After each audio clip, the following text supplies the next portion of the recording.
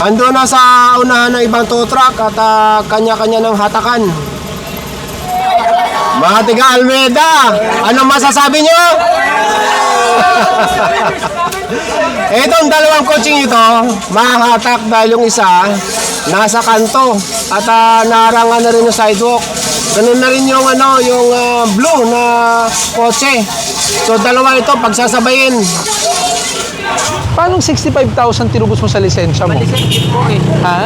So paano magiging pay parking ito? Dalawa lang pinapaparking mo dito?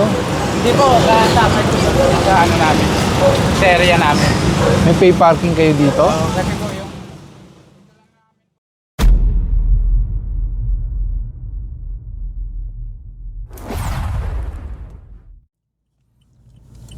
Itong pinapasadahan ng clearing team ay part ng Mabuhay Lane pagmula Quezon City at magtatapos ito ng Maynila. CSF, nakaliwa ko. Yan, nadaanan, no? Nasa tapat mismo ng no parking sign.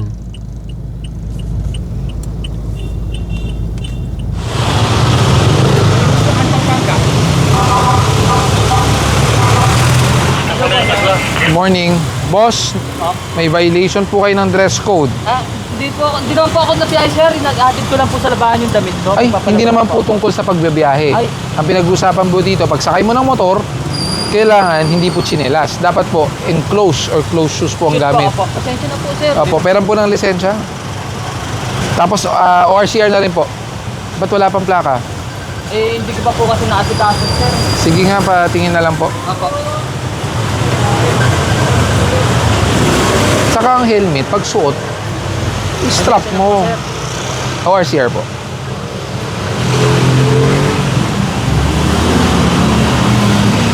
Kunin mo na rin yung sapatos mo. O yan.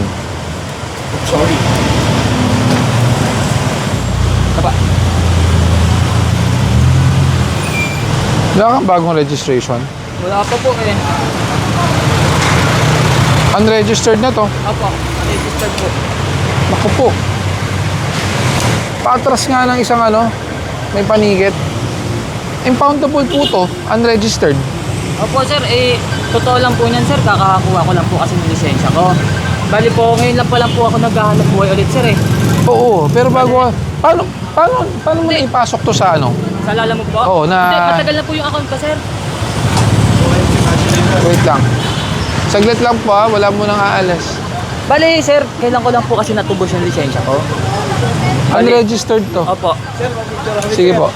Pag hindi po abot ng bata itong footpig na to, ibig sabihin, hindi siya pwedeng sumakay ng motor. Yun po ang patakaran natin. So ngayon, alam mo ba kung anong violation mo? Aside from walang helmet yung bata, sinelas. Alam mo kung magkano ang violation mo? Ang walang helmet is 1.5.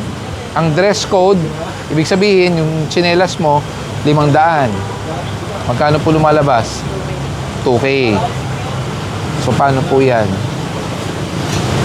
Kawawa naman yung bata. Dapat pinag-helmet nyo. Sa inyo po ba yung motor? Sa asawa mo. Sira yung helmet. So, hindi pa nabibilan. Ba't di mo bilan? Kailan pa nasira? Wala pang pambili. Tikitan mo to ng dress code violation. Bibigyan ko ng helmet yung bata. Tingnan ng helmet pang bata. Lalo na pag magmomotor, inumpisahan natin sa mga bata, lalo na sa mga anak, di ba? Napakahalaga po niyan. Halika, suot natin. Okay lang sa'yo, Super Mario? Halika, subukan natin. Yan. Ito, luwagan natin para maikabit natin. Yan. Okay sa'yo? Hindi masikip. Hindi maluwag. Tama lang. Ito, baba natin. Alam mo bakit? Para pag nagmumotor ka, hindi ka mapuwing. Okay? So okay na. May helmet ka na. Pwede ka na magmotor. Pauwi ka na? Okay. Sige. Bye-bye. Kunin mo yung ticket mo.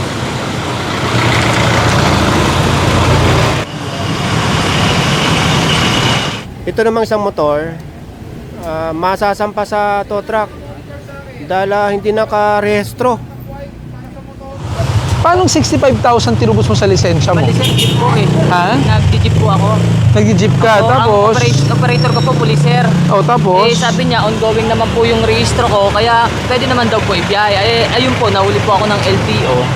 65,000. Bali, 70 pa nga po yung nagastos ko. Pinangutang ko po. So in short, walang prangkisa yung jeep na Opo. minamaneho mo. Ay, malaki problema yan. Yung jeep na minamaneho mo, walang prangkisa. Opo. Sabay ang motor mo, walang rehistro. Bali, yung motor po naman, hindi ko naman po talaga ginagamit. Bali, nag-aatid lang ako ng labahan dito, sir. Doon ko lang po siya ginagamit. Di ako pero ginagamit mo talaga sa Hindi. kalsada. Hindi, doon lang, laba-laba lang po. Bali, Oo, nag-jeep po hindi, ulit ako makinig ka ngayon. muna. Kahit laba-laba lang, once na dinala mo sa pampublikong kalsada ang isang sasakyan o motor at unregistered po yan, automatically hindi fit para gamitin sa kalsada. Ibig sabihin po nun, hindi po rehistrado ang sasakyan mo, bawal gamitin sa pampublikong kalsada. Ngayon, bakit? Pag tulad niyan, pinagbigyan kita ngayon. Out of nowhere, let's say, hindi natin sinasabi, ma-involve ka sa isang aksidente. Mas lalaki ang problema mo. Dahil you're driving an unregistered vehicle, di ba?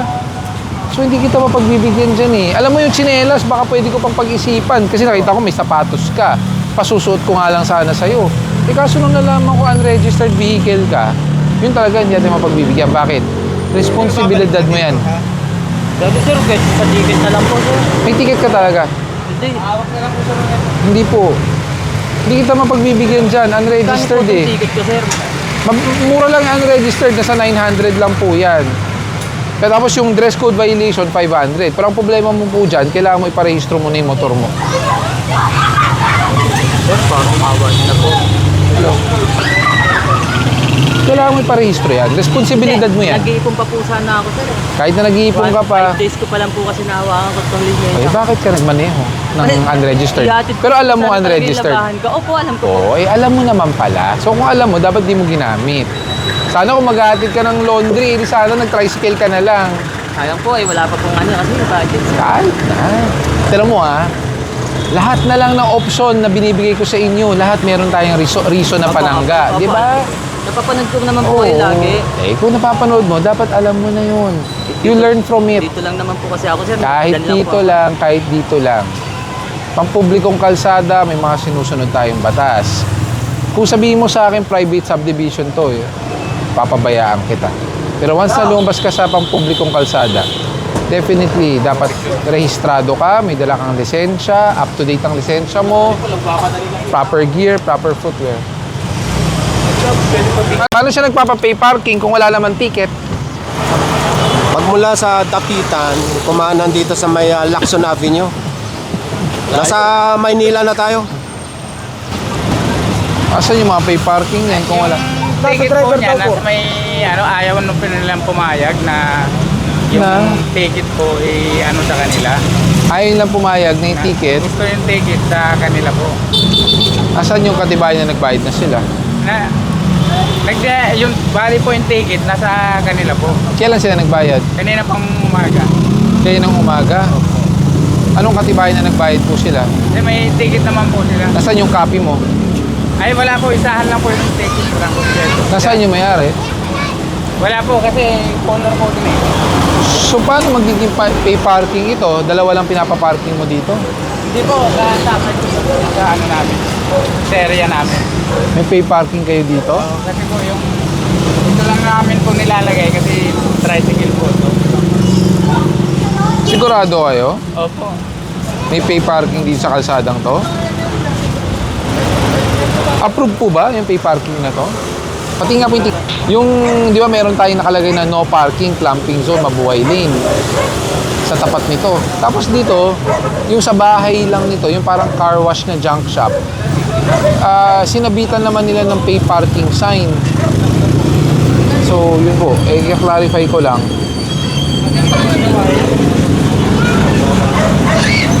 Opo.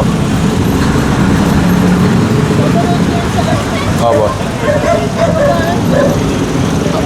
Okay. Mabuhay din nga po ito.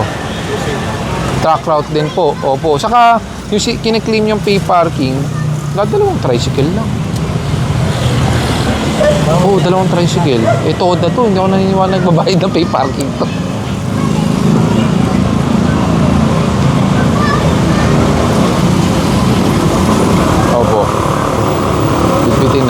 po. Sige po, Kawinson. Thank you. Yun na po. Thank you. Kuya. Wala eh. Dapat ang pay parking, pag iiwan ng motor o kaya ang tricycle sa sasakyan, dapat nakasabit dyan. Kundi paano namin malalaman na nag-pay Hindi po sila parking? pumapayag. Ang gusto nila po, Saka, sir, tinan mo, sila po yung... walang helmet. Saka tingnan mo, kuya. Eh, wala po. Ba, totoo po yan.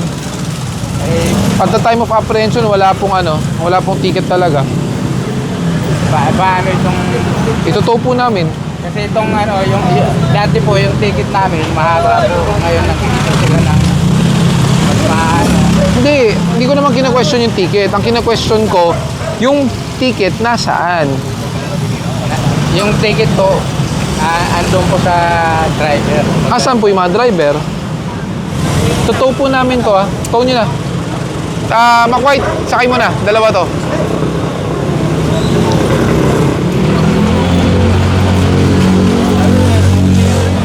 Kano po yung sir? 1.5 po yan. Flat rate. Sa Tumana Marikina po kukunin yan. Ayan, tulad niyan. Kung talaga may pay parking po yan, kung iniwan nila yung ticket dito sa motor o kaya sa kakilala man lang nila, may katibayan tayo. Yung iba mag-forward na. Sige na, para matapos kayo sa Almeda. Hintayin ko lang to. Ako na magbubuhat.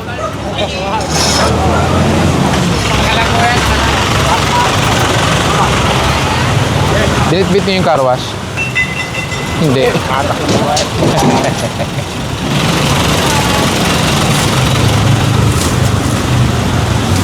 Magmula sa Lacson, kumaliwa dito ng Rizal Avenue at kumanan dito sa may Quiricada Street. Magmula dito sa Quiricada, kumanan dito sa Almeda. Ito yung complaint area. Itong barangay street ng Almeda. So, kaliwat kanan dito matitikitan at posibleng mahatak. Madami dito. Ando na sa unahan ng ibang tow truck at kanya-kanya ng hatakan. Hanggang dito sa hulihan. Hahatakin na yan. Hahatakin ito. Doon tayo sa unahan.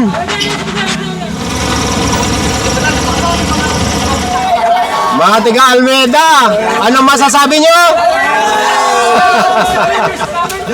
Itong dalawang coaching ito, mahahatak dahil yung isa nasa kanto at naharangan na rin yung sidewalk. Ganun na rin yung blue na kotse. So dalawa ito pagsasabayin. May malaking bato doon sa likod, baka tamaan. Pwede pa kayo crossing para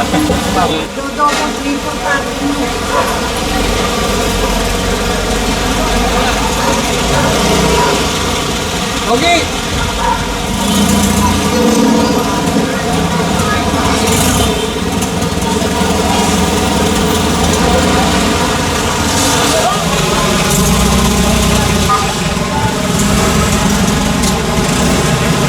Ang daming nahatak dito.